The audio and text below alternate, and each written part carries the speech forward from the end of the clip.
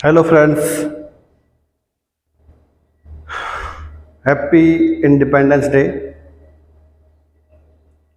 हमने BSc second year के लिए डीएनए यानी कि न्यूक्लिक एसिड टॉपिक स्टार्ट किया था।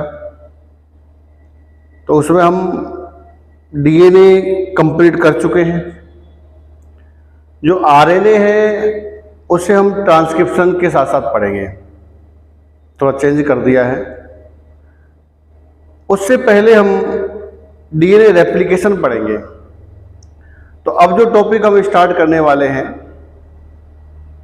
इसमें हम DNA replication and repair system, तो पूरा टॉपिक होगा DNA replication, DNA damage and DNA repair. तो एक एक करके हम इन तीनों टॉपिक्स को क्लियर करेंगे, समझने की कोशिश करेंगे। पहला जो हमारा टॉपिक रहेगा तो वो है DNA DNA replication. First of all DNA replication, then damage and then DNA। चलो, चैप्टर या टॉपिक है हमारा डीएनए रेप्लिकेशन।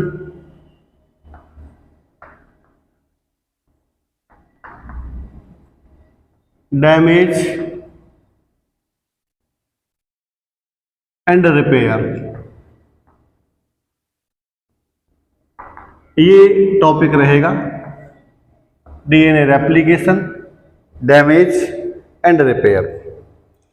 तो सबसे पहले हम पढ़ेंगे इसमें डीएनए रेप्लिकेशन, देन हम पढ़ेंगे डैमेज और उसके बाद हम पढ़ेंगे इसमें डीएनए रिपेयर। तो अगर डैमेज होता है तो उसका रिपेयरिंग भी जरूरी है। अगर डैमेज रिपेयर पढ़ेंगे तो उससे पहले हमको डैमेज का ज्ञान होना चाहिए। तो इस तरह से हम एक एक करके सभी चीजों को यहां पर क्लियर करते हुए चलेंगे। तो फर्स्ट ऑफ ऑल हम डीएनए रेप्लिकेशन को पढ़ेंगे। What is DNA replication? DNA replication क्या है? देखिए,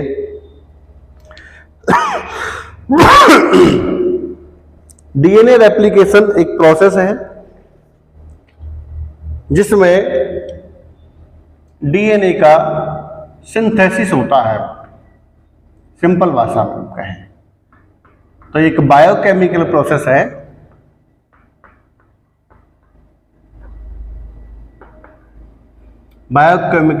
है जिसमें डीएनए का सिंथेसिस होता है। अब एक सेल को डीएनए सिंथेसिस या डीएनए रेप्लिकेशन की आवश्यकता क्यों होती है? क्यों होती है एक सेल को डीएनए रेप्लिकेशन या डीएनए सिंथेसिस की आवश्यकता? देखिए कि जब सेल डिवीजन होता है, यह है सेल डिवीजन, सेल, ठीक है। इस सेल डिवीजन में अगर हम देखें इस तरह से तो ये this is G1, this is S, this is G2, this is M। और जो M जो है ये खुद 4 भागों में डिवाइड है, prophase, metaphase, anaphase and telophase. और यहां से लेकर के ये जो बना है ये चक्र इस तरह से यहां तक का, इसे हम कहते हैं इंटरफेज। इंटरफेज या अंतरावस्था, यानी कि एक सेल डिवीजन से दूसरे सेल डिवीजन के बीच की जो अवस्था होती है उसे हम कहते हैं इंटरफेज या अंतरावस्था। तो इस इंटरफेज के अंदर एक अवस्था है जिसका नाम है S। अब इसमें थोड़ा सा हम अलग से देखते हैं कि आखिर सेल डिवीजन के दौरान जो S फेज है इसमें रेप्लिकेशन क्यों और कैसे होता है। ये देखिए, सेल डिवीजन है, इसमें जो ये आप देख रहे हैं, ये जो सेल साइकिल हमने बनाया है, सेल साइकिल, इस सेल साइकिल में डीएनए रेप्लिकेशन किस जगह पर होता है?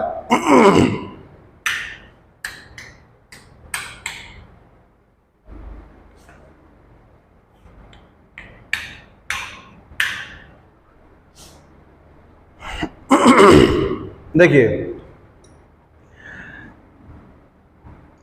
जो जीवन है, इस अवस्था में जो डीएनए रेप्लिकेशन के लिए आवश्यक एंजाइम होते हैं उनका संश्लेषण होता है। सिंपल सी बात है भाई, जो जीवन अवस्था है उसमें डीएनए रेप्लिकेशन यानी कि जो सिंथेसिस है, S4 यहाँ हम कहेंगे सिंथेसिस, यानी कि इस जगह पर डीएनए का सिंथेसिस होता है, इसमें एंजाइम का संश्लेषण होता है, यहाँ पर डीएनए का सिंथेसिस होता है और इसमें उन एंजाइमों का संश्लेषण होता है जो एम फेज के लिए आवश्यक होते हैं। बस ये अगर देखा जाए तो सेल डिवीजन का एक छोटा सा प्रोसेस है, लेकिन बड़ा जटिल होता है, सिंपल नहीं है। इंटरफेज सबसे बड़ी होती है, इसमें 3 अवस्था है, G1 है, S है, G2 है। तो G1 के अंदर S में और G2 में सबसे इंपॉर्टेंट यहाँ पर जो है वो होती है S अवस्था, या इसको हम कहते हैं सिंथेसिस। इसी में डीएनए का रेप्लिकेशन होता है। एक चीज समझिए, और वो चीज ये है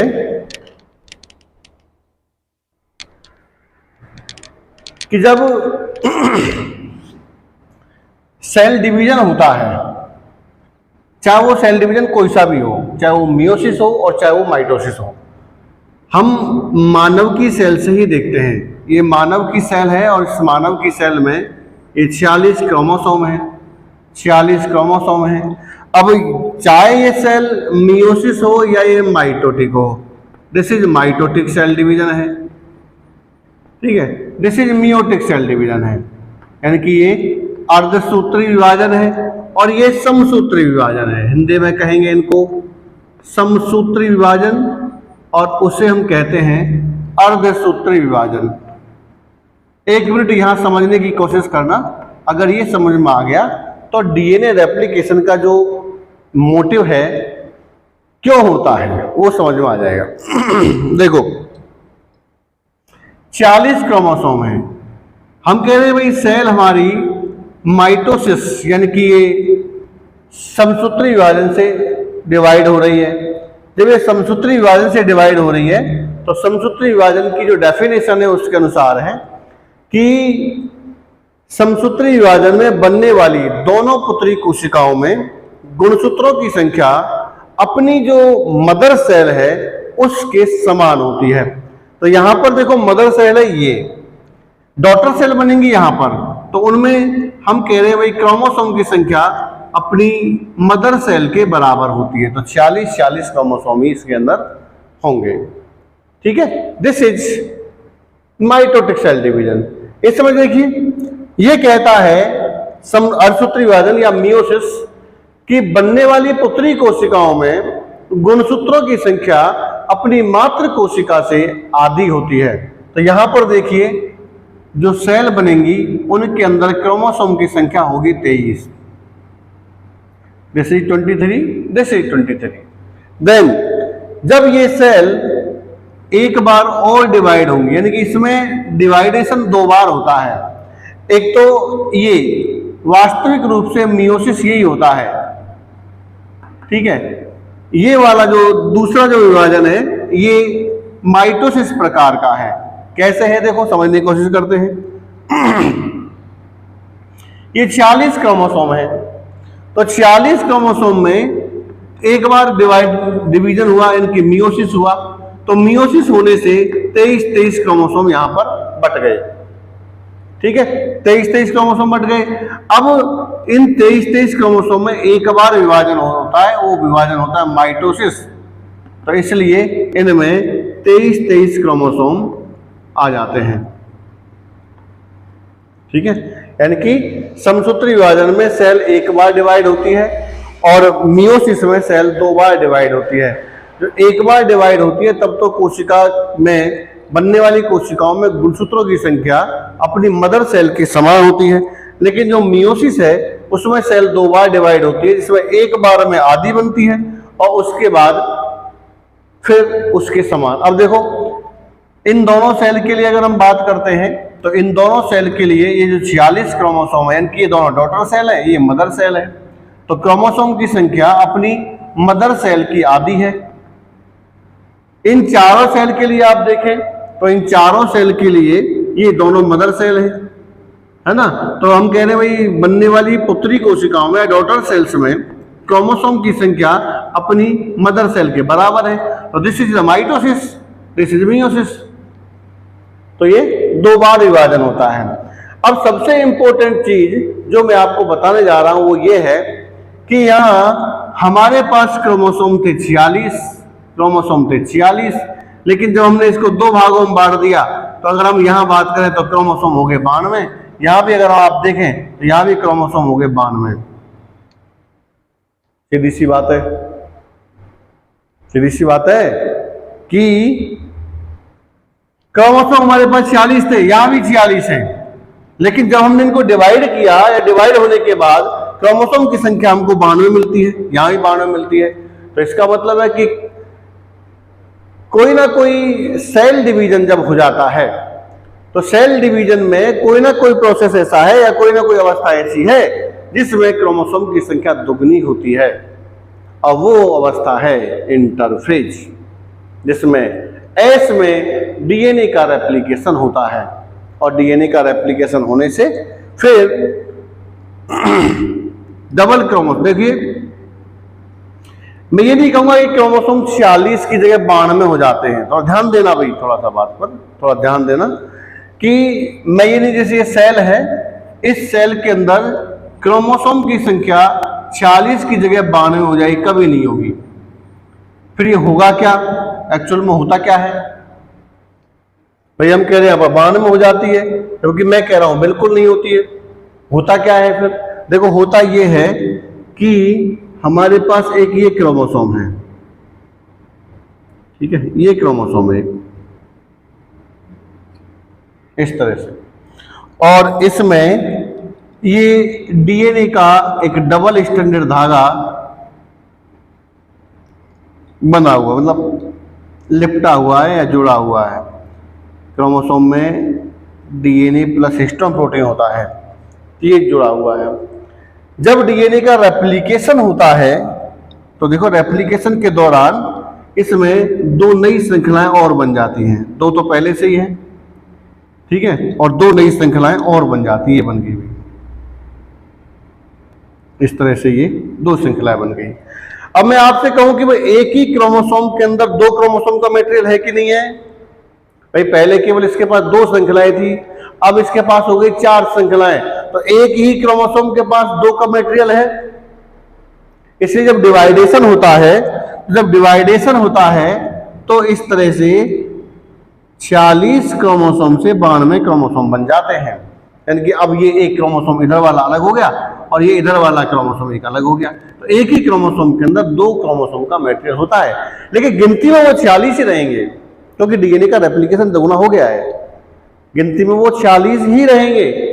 यहां पर क्रोमोसोम का इस तरह से डिवाइडेशन होता है, ठीक है। तो कुल मिलाकर के बात यह है कि जब सेल डिवीजन होता है तो सेल डिवीजन होने के बाद कोई ना कोई अवस्था ऐसी आती है जिसके अंदर क्रोमोसोम की संख्या दुगनी हो जाती है, और वो अवस्था है एस फेज। और एस फेज के अंदर हम बात करते हैं डीएनए रेप्लिकेशन की। जब भी हम बात करेंगे डीएनए रेप्लिकेशन, तो डीएनए रेप्लिकेशन का मतलब होता है एस फेज, सेल डिवीजन। जब भी सेल डिवीजन होगा, यह बात ध्यान है रखने की है कि जब भी सेल डिवीजन होगा उससे पहले डीएनए रेप्लिकेशन जरूर होना है, क्योंकि अगर आप बात करते हैं सेल डिवीजन की तो एक्चुअल में सेल डिवीजन सेल का नहीं बल्कि न्यूक्लियस का होता है, क्रोमोसोम का बंटवारा होता है, ठीक है। तो क्रोमोसोम का बंटवारा, इसका मतलब न्यूक्लियस का डिवीजन हो रहा है। अगर एक न्यूक्लियस से दो न्यूक्लियस बन रहे हैं, इसका मतलब सेल डिवीजन है। साइटोप्लाज्म तो बाद में बढ़ता है, लेकिन पहले न्यूक्लियस का बंटवारा होता है। अब न्यूक्लियस के अंदर क्रोमोसोम की संख्या डबल हुई है, तभी तो वो दो बराबर भागों में बांट पाएगा या फिर 4 एगोनिस्ट सेल बना पाएगा। समसूत्री विभाजन जो है वो कायिक सेल्स के अंदर पाया जाता है, और जो मियोसिस है या अर्धसूत्री विभाजन है वो युग्मकों के अंदर पाया जाता है। इससे परागकण है, अंड कोशिका है, स्पर्म सेल्स हैं, इनमें पाया जाता है। तो जब उसमें डबल हो जाएगा मटेरियल तभी तो वो दो जगह पर या 4 जगह पर बांट पाएगा, अन्यथा वो तो एक जगह रहेगा। इसलिए अब हम जिक्र करते हैं, ये हमने सोचा देखा भाई थोड़ा सा कि सेल डिवीजन या डीएनए रेप्लिकेशन क्यों होता है। ठीक है, सेल डिवीजन के माध्यम से हमने समझने की कोशिश की, क्योंकि सेल डिवीजन होता है तो डीएनए रेप्लिकेशन होता है। अगर ऐसा कभी नहीं हो सकता भाई कि सेल डिवीजन भी हो जाए, सॉरी डीएनए रेप्लिकेशन भी हो जाए और सेल डिवीजन ना हो, ऐसा कभी नॉर्मल सेल में कभी नहीं होता है। ठीक है, नॉर्मल सेल में कभी नहीं होता है। हाँ, एक दो प्रोसेस है। अगर हम पॉलीप्लॉइडी की बात करते हैं पादपों के लिए, जंतुओं के लिए कभी नहीं करते हैं पॉलीप्लॉइडी की बात। बहुगुणिता पॉलीप्लॉइडी इन प्लांट्स पादपों के लिए करते हैं भाई, जंतुओं के लिए कभी भी हम पॉलीप्लॉइडी का उपयोग नहीं करते हैं, क्योंकि जंतुओं में पॉलीप्लॉइडी का मतलब होता है कि 2 जीन से ज्यादा यानी कि 2 क्रोमोसोम से ज्यादा एक ही तरह के 2 की जगह 4 क्रोमोसोम का होना, 6 का होना, 3 का होना, दिस इज पॉलीप्लॉइडी। अगर क्रोमोसोम संख्या n है, n दिस इज हैप्लॉइड। अगर 2n है तो डिप्लॉइड। n और 2n के अलावा जितने भी हैं, चाहे 3n है, चाहे वो 4n है, चाहे वो 5n है, चाहे वो 6n है, वो सब बहुगुणिता या पॉलीप्लॉइडी आती है। अब पॉलीप्लॉइडी में एक ही केंद्रक के अंदर 2 से ज्यादा क्रोमोसोम हो जाते हैं, अर्थात उस सेल का साइज बढ़ जाता है। जब उस सेल का साइज बढ़ जाएगा तो फिर उस प्लांट की पत्तियां, तने, पुष्प, दल, बाह्य दल, बीज सबका आकार बढ़ जाता है। यानी कि इस क्रिया को हम कहते हैं जाइगेंटिज्म। जाइगेंटिज्म दैत्याकार। और इस जाइगेंटिज्म के कारण ही हम मनुष्यों में या जीवों में कभी भी पॉलीप्लॉइडी नहीं करवाते हैं, पादपों के अंदर करवा सकते हैं। ठीक है, तो पॉलीप्लॉइडी इन प्लांट्स, पॉलीप्लॉइडी तब होती है कि जब डीएनए का रेप्लिकेशन भी हो जाए लेकिन केंद्रक का बंटवारा ना हो, तो उसे हम कहते हैं पॉलीप्लॉइडी।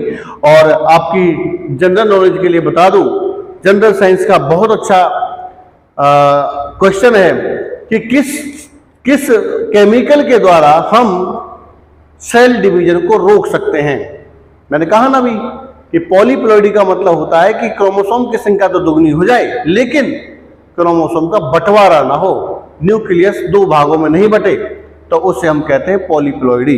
यानी कि अब एक ही सेल के अंदर क्रोमोसोम की संख्या 2n से बढ़ जाती है, चाहे वो कितनी बढ़े, 3n बढ़े, 4n बढ़े, 5n बढ़े, कितनी बढ़े, लेकिन बढ़ जाती है। This is polyploidy. अब एक केमिकल है जिसका नाम है colchicine. Colchicine, this is very important and highly carcinogenic chemical. यानी कि सेल डिवीजन या पॉलीप्लॉइडी के लिए तो बहुत भारी महत्वपूर्ण ये पदार्थ है या केमिकल है, लेकिन ये हानिकारक भी है। जितना ये महत्वपूर्ण है उतना ही ज्यादा हानिकारक यानी कार्सिनोजेनिक, कैंसर उत्पन्न कर सकता है, कार्सिनोजेनिक है। ये करता क्या है ये केमिकल? देखो, हमको पता है कि जब ये है सेंट्रियोल्स, यहां से तर्कुतंतु निकलते हैं इस तरह से सेल में, ऐसे यहां से तर्कुतंतु निकलते हैं और ये क्रोमोसोम पर आकर के जुड़ते हैं। ऐसे ये क्रोमोसोम है, मान लीजिए हमारे क्रोमोसोम इस तरह से, ऐसे, तो ये क्रोमोसोम पर आके जुड़ते हैं। अब मान लीजिए मैं ये कह रहा हूं ये क्रोमोसोम पर आके जुड़ गया है इस तरह से, ऐसे। एक्चुअली एक तर्कुतंतु एक प्रोटीन से बने होते हैं, ट्यूबुलिन प्रोटीन होती है, माइक्रोट्यूबुल से बने छोटे छोटे ये तंतु होते हैं। ठीक है, जब ये बढ़ते हैं यानी कि जब ये इधर बढ़ते हैं, जब तक ये इसके साथ नहीं जुड़ेंगे सेंट्रोमियर से, एक्चुअली सेंट्रोमियर पर नहीं बल्कि काइनेटोकोर पर जुड़ते हैं। ये भी बहुत अच्छा जीएस का क्वेश्चन है। ध्यान रखना कि कभी भी जो क्रोमोसोम में सेल डिवीजन के दौरान कभी भी सेंट्रोमियर से नहीं बल्कि काइनेटोकोर से जुड़ते हैं। जैसे एग्जांपल के लिए मैं एक डायग्राम बनाता हूं यहां पर। जैसे एक ये क्रोमोसोम है, इस तरह से एक क्रोमोसोम के अंदर दो भाग होते हैं, या एक क्रोमोसोम दो अर्ध गुणसूत्रों से या क्रोमेटिड से बना होता है। इसमें एक ये है क्रोमेटिड, एक ये है क्रोमेटिड, इन दोनों को मिलाकर के हम एक क्रोमोसोम कहते हैं। दिस इज द सेंट्रोमियर, जहां पर ये जुड़े हुए हैं। अब ये जो है ना, ये तरकु तंतु, ये सेंट्रोमियर पर नहीं जुड़ रहा है बल्कि ये इस तरह से यहां ऐसे जुड़ता है, ऐसे एक, जिसको हम कहते हैं काइनेटोकोर। काइनेटोकोर, जिस जगह पर तरकु तंतु आके जुड़ता है उसे हम कहते हैं kinetochore. This is the kinetochore. ठीक है, ध्यान रखना, सेल डिवीजन के दौरान जो क्रोमोसोम है वो हमेशा काइनेटोकोर पर जुड़ता है, ना कि सेंट्रोमियर पर। तो ये जो कोल्चिसिन है ये इन तरकु तंतु के निर्माण को रोक देता है इस तरह से। आप देखो, आप अब क्या हुई, गड़बड़ हो गई। अब गड़बड़ ऐसे हो गई कि हमने पूरा साइकिल चला दिया। देखो, G1 भी चल गया, S भी चल गया, G2 भी चल गया, ये भी चल गया, लेकिन सेल डिवीजन बाद में नहीं हुआ, यानी कि क्रोमोसोम का डिवीजन नहीं हुआ। अब एक बार सोचो कि G1 चल गया, S चल गया, S में सिंथेसिस हो गया, अर्थात डीएनए का रेप्लिकेशन तो हो चुका है। क्रोमोसोम की संख्या 2n से बढ़ के 4n हो चुकी है, लेकिन अब वो डिवाइड नहीं हुआ। डिवाइड नहीं हुआ, इसका मतलब है कि जो 2n सेल थी उसके अंदर 4n क्रोमोसोम हो गए, अर्थात पॉलीप्लॉइडी हो गई। पॉलीप्लॉइडी पादपों के लिए लाभदायक मानी जाती है, लेकिन जंतुओं के लिए किसी सूरत में लाभदायक नहीं होती है। अब हम चलते हैं रेप्लिकेशन की तरफ। ये थोड़ा सा हमने एक ओवरव्यू देखा कि रेप्लिकेशन क्यों और कैसे और कब होता है। ठीक है, अब हम पहले types of replication, types of replication. तो देखो, ये बहुत ज़्यादा बड़ी बात नहीं है, बहुत सिंपल सा है ये। अगर पढ़ेंगे तो हर चीज़ सिंपल है, और अगर नहीं पढ़ा तो हर चीज़ कठिन है। क्योंकि हम जब शुरुआत में पढ़ने लगे थे तब हमको ABCD और जो ANR है ये भी काफ़ी कठिन लगते थे, लेकिन धीरे धीरे अब इनकी हम मास्टर हो चुके हैं इनमें। तो देखो, टाइप्स ऑफ रेप्लिकेशन, इसमें पहला है, ये 3 प्रकार से होता है भाई। नंबर 1, इसको मोड ऑफ रेप्लिकेशन भी कहते हैं, लेकिन आप कोई दिक्कत नहीं, रेप्लिकेशन के प्रकार या इस तरह से याद रखिए। पहला है भाई कंजर्वेटिव। कंजर्वेटिव, कंजर्वेटिव माने होता है संरक्षित। ये ध्यान रखना भाई, हिंदी में थोड़ा सा ध्यान रखना, संरक्षित। ठीक है, कंजर्वेटिव मेथड या कंजर्वेटिव रेप्लिकेशन। दूसरा है भाई सेमी कंजर्वेटिव। सेमी कंजर्वेटिव, ये सुनने में थोड़ा वो लगता है भाई, पता नहीं कितना हुआ होगा, लेकिन कुछ नहीं है ऐसा। नंबर 3 है डिस्पर्सिव। डिस्पर्सिव अभी समझ में आ जाएगा, ज्यादा कठिन नहीं है। Conservative, semi conservative and dispersive, ये 3 टाइप्स ऑफ मोड्स या 3 टाइप्स ऑफ रेप्लिकेशंस हैं। तो देखो, कंजर्वेटिव में क्या होता है, देखो बेसिकली होता ये है डीएनए रेप्लिकेशन के अंदर कि एक श्रृंखला होती है ये, ठीक है, और एक दूसरी श्रृंखला है ये। इस तरह से डीएनए की 2 श्रृंखलाएं हैं। हम जानते हैं एक श्रृंखला 5 प्राइम टू 3 प्राइम होती है, और दूसरी श्रृंखला इस तरह से 5 प्राइम टू 3 प्राइम है, और दूसरी इधर से 5 प्राइम टू 3 प्राइम। जब डीएनए का रेप्लिकेशन होता है तो रेप्लिकेशन के दौरान ये जो श्रृंखला होती हैं, ये इन दोनों श्रृंखलाओं पर 2 नई श्रृंखलाओं का निर्माण होता है। भाई डीएनए का रेप्लिकेशन अकॉर्डिंग टू द जो स्ट्रैंड है उसी के अनुसार होता है। तो इसी रेप्लिकेशन से या इन्हीं दोनों भुजाओं से हम देखते हैं कि 3 प्रकार के रेप्लिकेशन यहाँ पर हो सकते हैं। देखो कौन कौन से हो सकते हैं।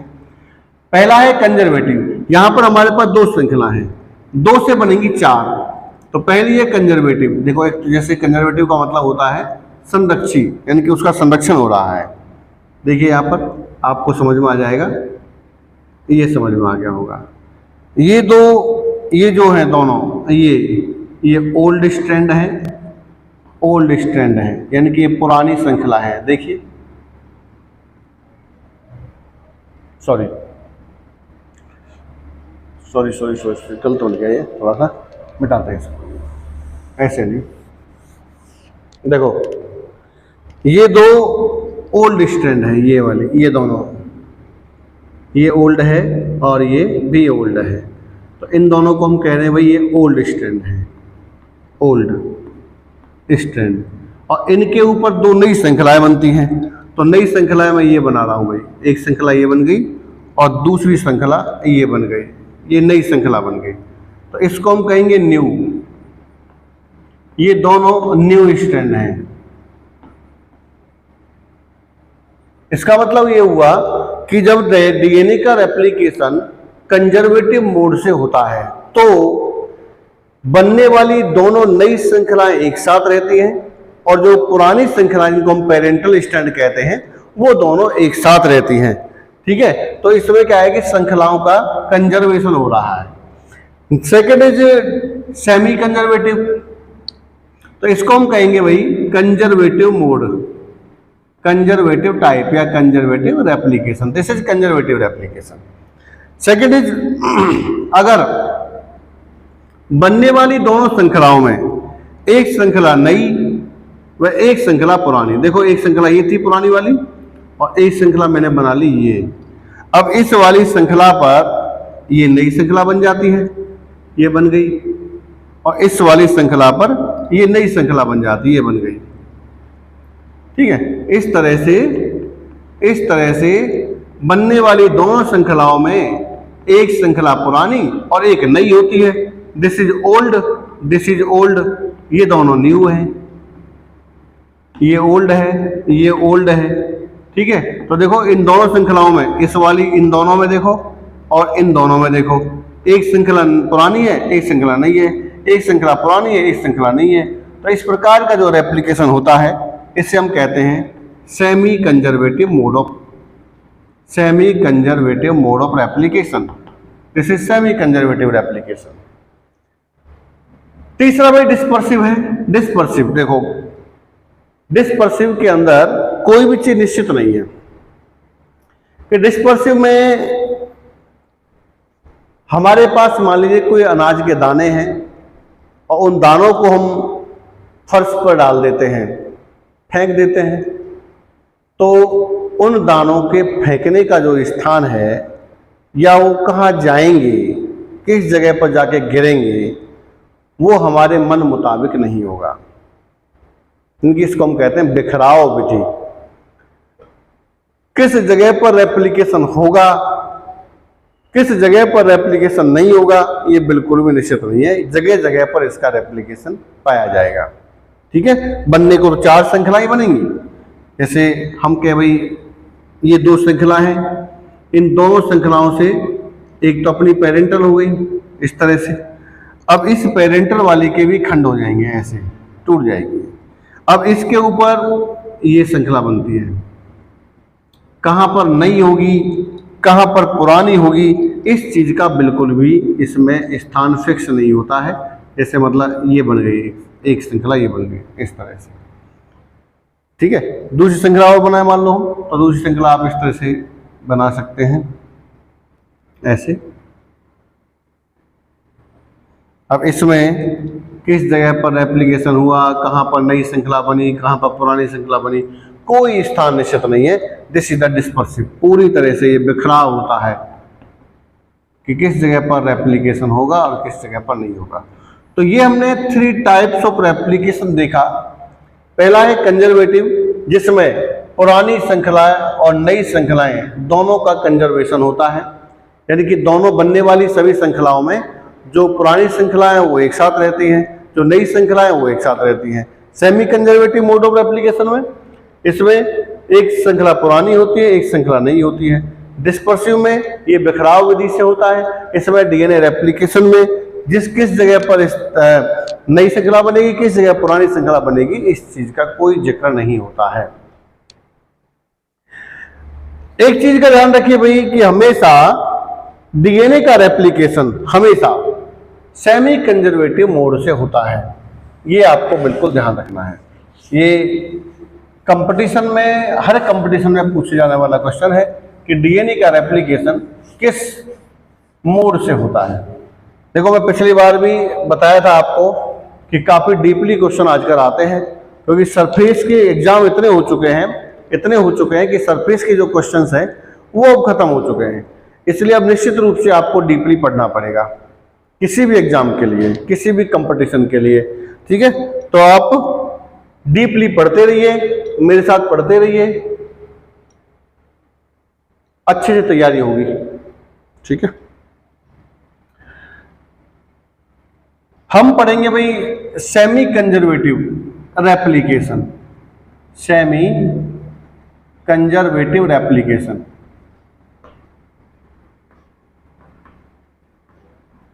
ये जो वीडियोज हैं ये आपके सिलेबस के अकॉर्डिंग ही है, एक भी वीडियो अलग नहीं है, सभी वीडियो आपके सिलेबस के अकॉर्डिंग बनाए जा रहे हैं, इसलिए आप इनको कंटिन्यू देखिए, निश्चित रूप से समझ में आएगा।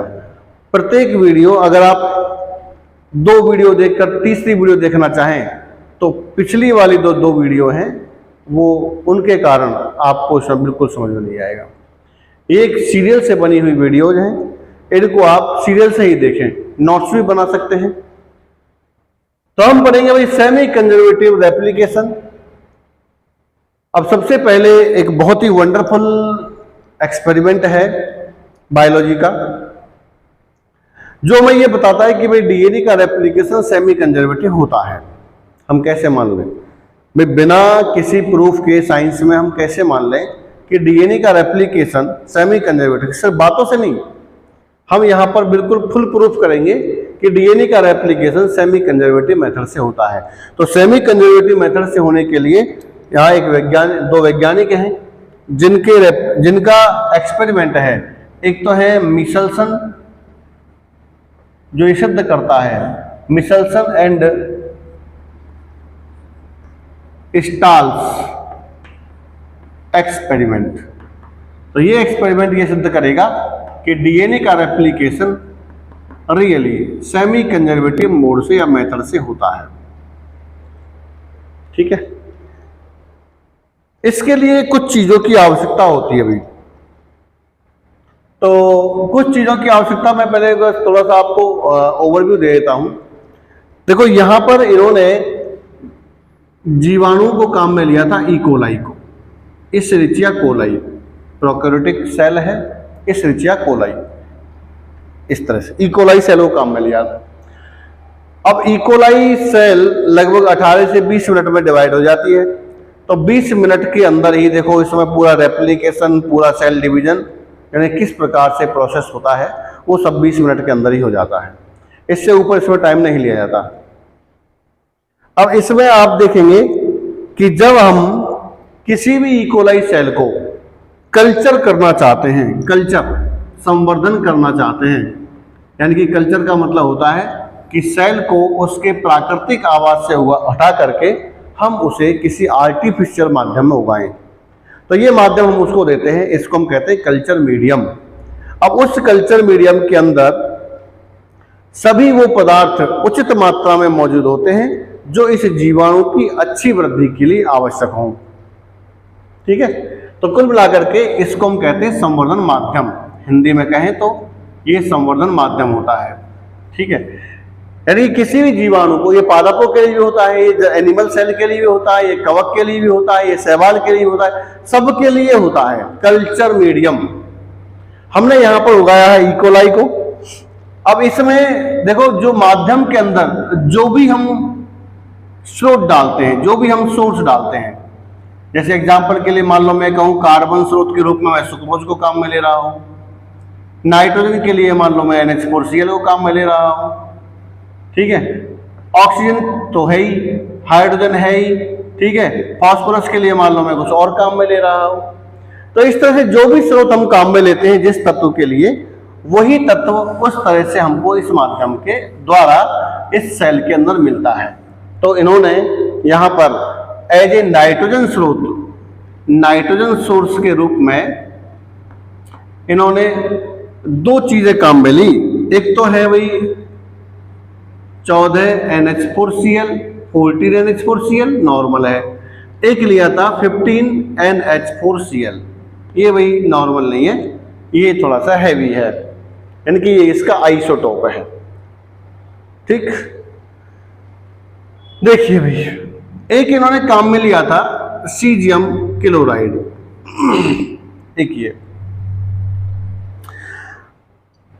जैसे ही हम इकोलाई सेल्स को इन माध्यमों युक्त, यानी कि इन माध्यमों के अंदर बढ़ाते हैं, तो ये इकोलाई सेल, जैसे ही हम इन इकोलाई सेल्स को इन माध्यमों में बढ़ाते हैं, तो ये जो इकोलाई सेल हैं ये इन्हीं नाइट्रोजन स्रोत को काम में लेती है। तो इनका जो डीएनए है, उस डीएनए में जो नाइट्रोजन क्षारक हैं, उनके लिए नाइट्रोजन की आवश्यकता है। तो सीधी सी बात है, अगर हम 14NH4Cl काम में लेंगे माध्यम में, तो जो नाइट्रोजन बेस है उसमें 14N मिलेगा, और अगर हम 15NH4Cl काम में लेंगे तो नाइट्रोजन बेस जो है उसके अंदर हमको 15N मिलेगा। सीधी सी बात है, ठीक है। तो इस तरह से इन्होंने काम में लिया। अब हम इस रिएक्टर को देखते हैं। देखो इन्होंने क्या किया, एक फ्लास्क लिया इस तरह से,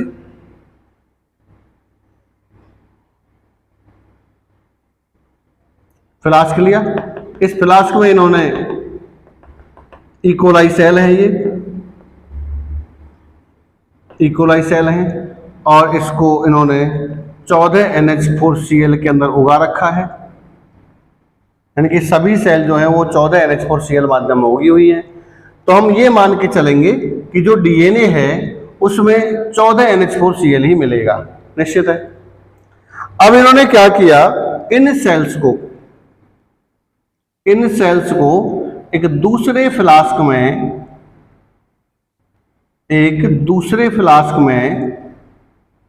15NH4Cl माध्यम लेकर, यानी कि माध्यम में इन्होंने क्या मिला दिया, 15NH4Cl माध्यम लेकर इसे मैनी जनरेशन के लिए उगाया। मैनी जनरेशन, ठीक है। यहां नॉर्मल सेल्स हैं जिनमें 14NH4Cl है, यहां पर इस फ्लास्क के अंदर 15NH4Cl का माध्यम है, हमने कई जनरेशन तक उगाया है। नेक्स्ट तीसरा फ्लास्क लिया भाई, तो तीसरे फ्लास्क के अंदर इन्होंने जो ये सेल्स हैं इनको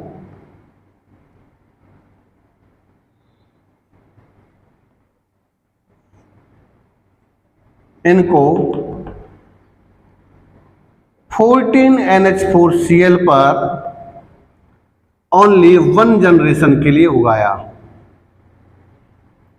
1 जनरेशन के लिए, और उसके बाद इन्होंने इसकी सेकंड जनरेशन देखी, वो भी NH4Cl पर, 14NH4Cl पर।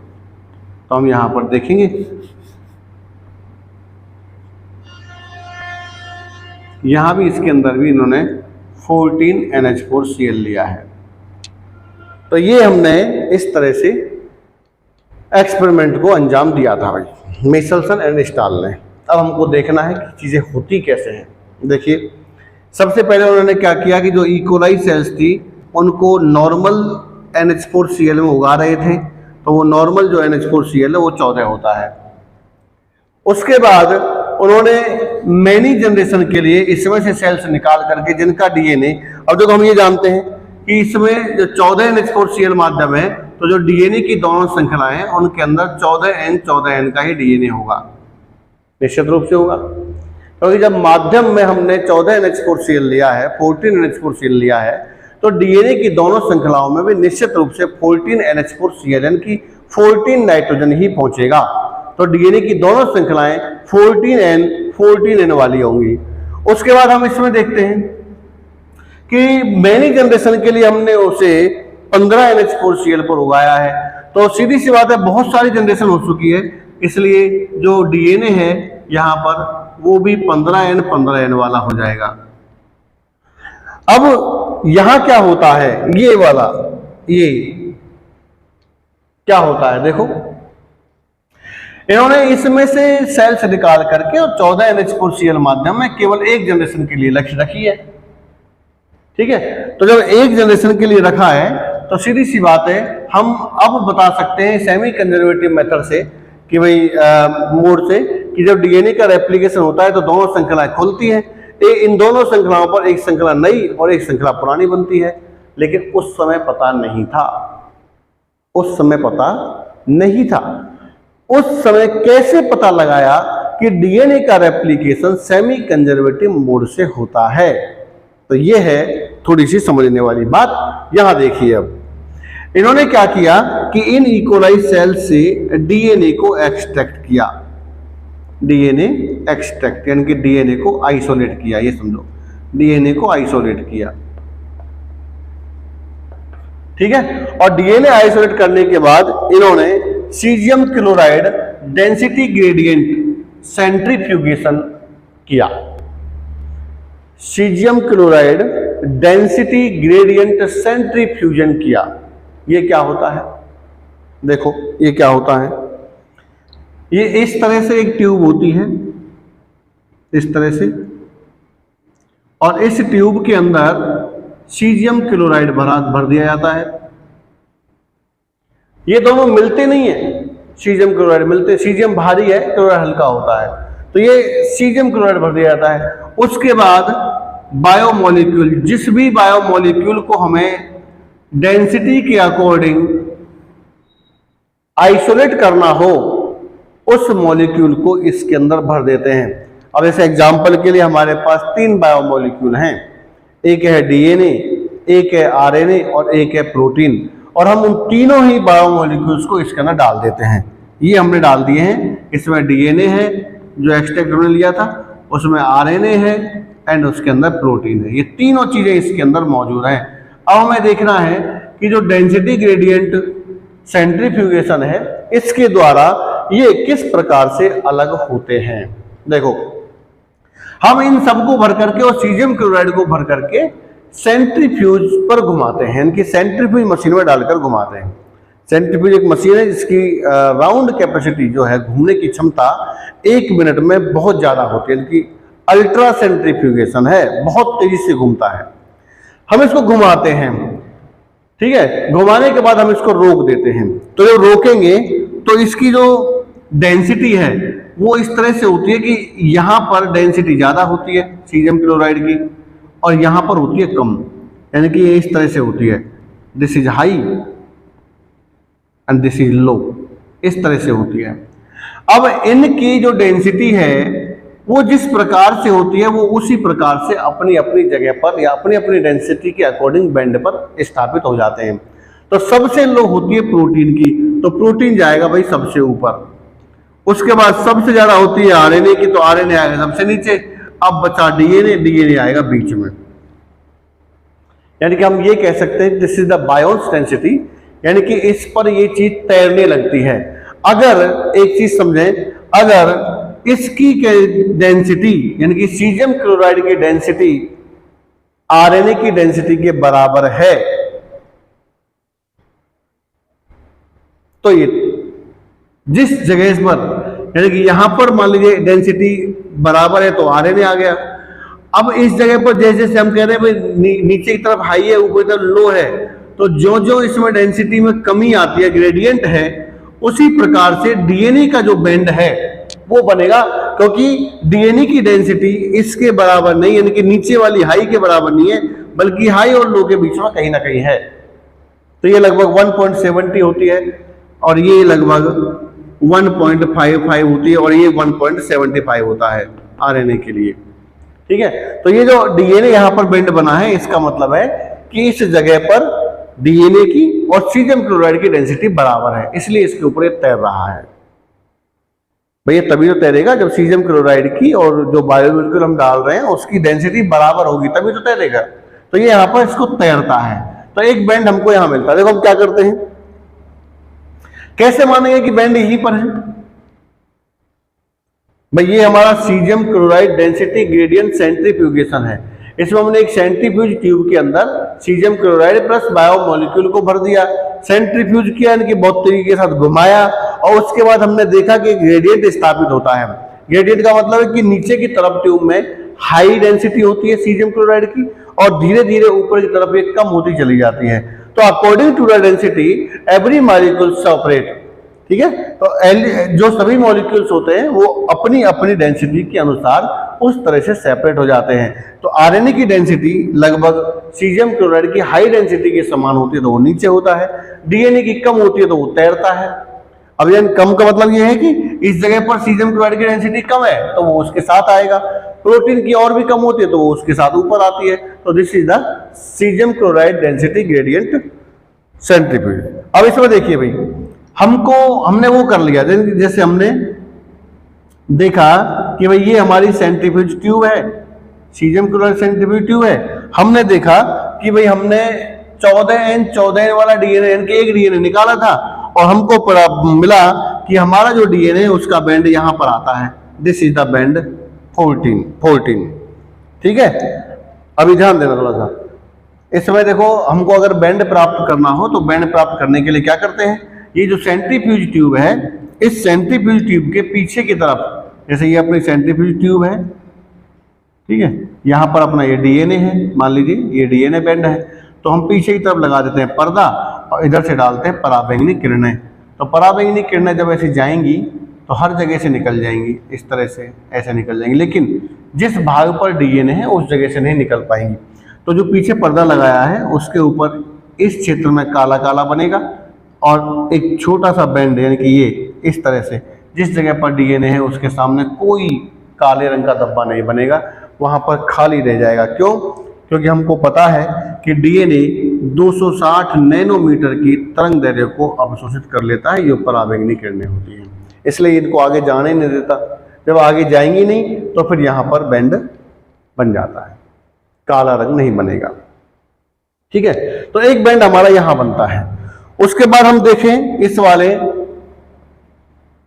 फ्लास्क में, यहां भी हमने या यहां भी मिचेल्सन स्टाल ने जो अपना डीएनए है वो आइसोलेट किया था, और डीएनए आइसोलेट करने के बाद इन्होंने यहां देखा कि जो बैंड है वो डीएनए का इस जगह पर आता है, यहां आ रहा है, यहां आ रहा है।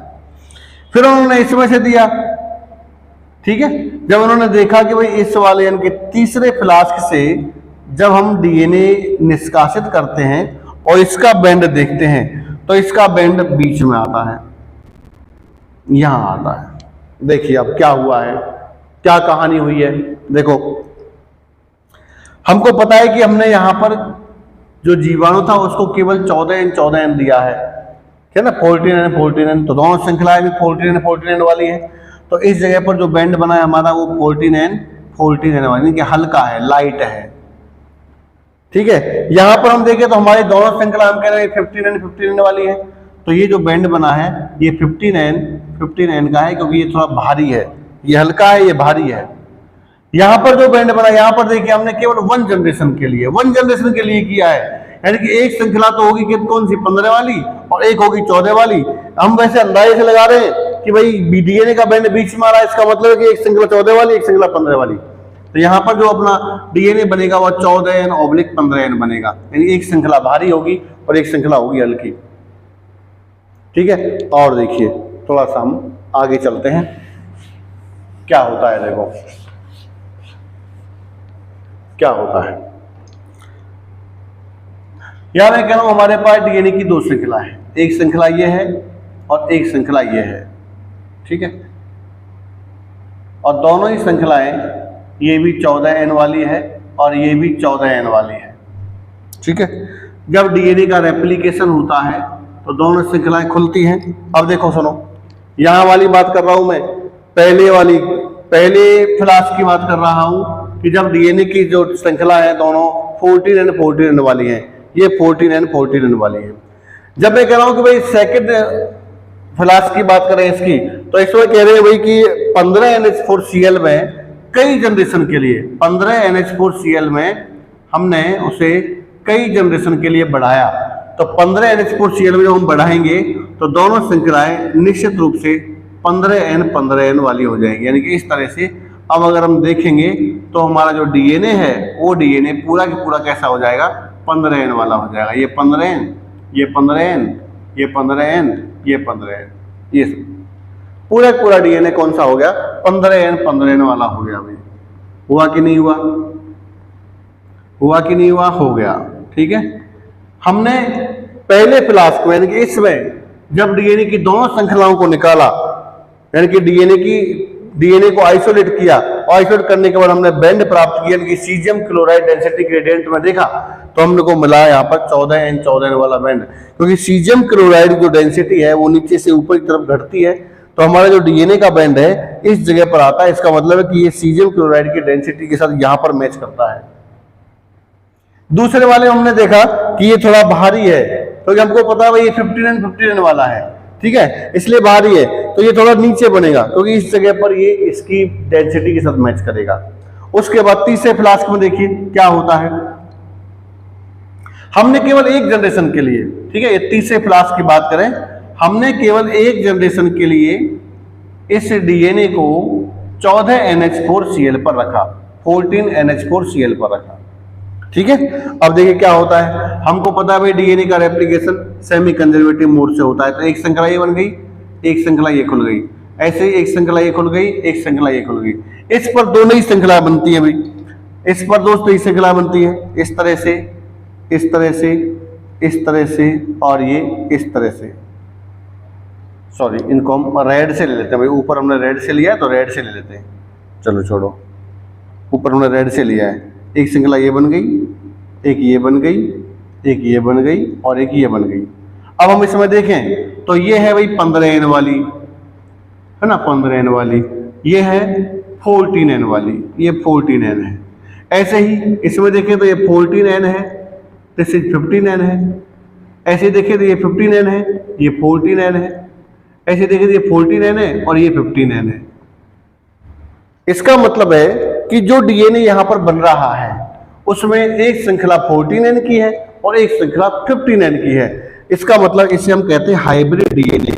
अगर हम इसमें देखेंगे तो एक श्रृंखला 14N, एक श्रृंखला 15N की है, तो बैंड जो बनेगा वो दोनों के बीच में बनेगा, क्योंकि ना तो ये 14N है और ना ही ये 15N है, ये 14N और 15N की हाइब्रिड है, मिक्स है, इसलिए डीएनए का बैंड कहां बनता है, यहां बनता है। ठीक है, नेक्स्ट अगर हम आगे जाएं, चौथी इस वाले फ्लास्क को अगर हम देखें, चौथा वाला में, तो चौथे वाले हम कह रहे हैं भाई सेकंड जनरेशन के लिए उन्होंने 14NH4Cl पर ही उगाया। अब देखिए इसमें कैसे होगा, इसमें कैसे होगा, इसमें कैसे होगा और इसमें कैसे होगा, देखिए थोड़ा ध्यान दीजिए भाई, ज्यादा कठिन नहीं, बहुत सरल है। ये 15N वाली है, बिल्कुल पता लग गया हमको। इसके ऊपर कौन सी बनेगी, 14N वाली बनेगी। ठीक है, फिर कौन सी है भाई ये श्रृंखला, 14N वाली है। नई भी कौन सी बनेगी, 14N वाली बनेगी। ठीक, ये कौन सी है, 14N वाली है, तो ये 14N वाली। नई कौन सी बनेगी, नई भी 14N वाली बनेगी। एक श्रृंखला कौन सी है, पुरानी है 15N की, नई कौन सी बनेगी, 14N की बनेगी। ठीक है, उसके बाद यहां देखिए इसमें से खुला एक 15N वाला, एक खुला 14N वाला, तो इस पर भी 14N वाला डीएनए बनेगा, इस पर भी 14N वाला बनेगा, तो सेमी कंजर्वेटिव है। इसमें देखिए इसमें ये खुला रेड वाला, तो ये रेड के ऊपर रेड बन जाएगा 14N, और एक बना इसमें ये वाइट, तो इसमें एक बन जाएगा अपना 14N वाला। तो इसमें आप थोड़ा समझने की कोशिश कीजिए, बहुत सरल है। देखिए यहां पर ये दो श्रृंखला हैं, एक 15N वाली, एक 14N वाली। ठीक है, तो यहां पर ये जो ये है ये 15N वाली है, जितनी व्हाइट से है वो सब 15N वाली है, ये 15N वाली है, और जितनी भी रेड से है वो सब 14N वाली है, ये सब 14N वाली है, ये सब 14N वाली है। This is 14N, this is 14N। ठीक है, अब जब हम इसका डीएनए आइसोलेट करके और हम सीजियम क्लोराइड डेंसिटी ग्रेडियंट करते हैं तो हमको अब बैंड दो जगह पर मिलेगा। देखो क्या मिलेगा, इस वाली श्रृंखला को आप देखिए तो इस वाली श्रृंखला में आपको मिलेगा 49/59। इस वाली श्रृंखला में आप देखिए यहां मिलेगा आपको 49/59/49। इस वाली श्रृंखला में आप देखिए आपको मिलेगा 59/49। तो एक बैंड तो हमको मिलेगा 49/59। तो एक बैंड मान लीजिए हमको यहां पर बीच में मिलता है, ये मिल गया। अब बची कौन सी श्रृंखला, अब बची हमारे पास केवल 49 वाली, तो ये भाई हमारे पास यहाँ 49N का बैंड मिलेगा। तो दिस इज द हाइब्रिड या 14N/15N और दिस इज 14N/14N। इस तरह से अगर देखो इस बीच वाले बैंड से पता चलता है कि डीएनए का रेप्लिकेशन सेमी कंजर्वेटिव होता है। अगर ये बीच वाला बैंड नहीं आता, यानी कि अगर कंजर्वेटिव होता, तो फिर 15N एक साइड में होती,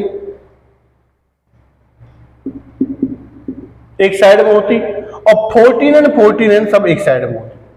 केवल दो ही बैंड बनते, एक 14N वाले स्थान पर और एक 15N वाले स्थान पर। बीच वाला जो बैंड है 14N/15N, ये बैंड कभी बनता ही नहीं। तो इस तरह से मिचेल्सन एंड स्टाल ने बताया कि भाई डीएनए का जो रेप्लिकेशन है वो सेमी कंजर्वेटिव होता है, ना कि कंजर्वेटिव। तो ये पूरा एक्सपेरिमेंट हमने यहां पर देख लिया। आशा है आप लोगों को समझ में आया होगा। इस वीडियो को आप बार बार देखिए, उससे आपको पूरा दिमाग में बैठ जाएगा। अगर किसी प्रकार की कोई भी शंका है या कोई भी डाउट है तो आप कमेंट बॉक्स में लिखिए, हम उसको आपको पूरी तरह से सॉल्व करने के बाद दोबारा से वीडियो बना देंगे। सो देखते रहिए, लाइक करिए, कमेंट करिए, शेयर कीजिए, सब्सक्राइब कीजिए। Thank you very much.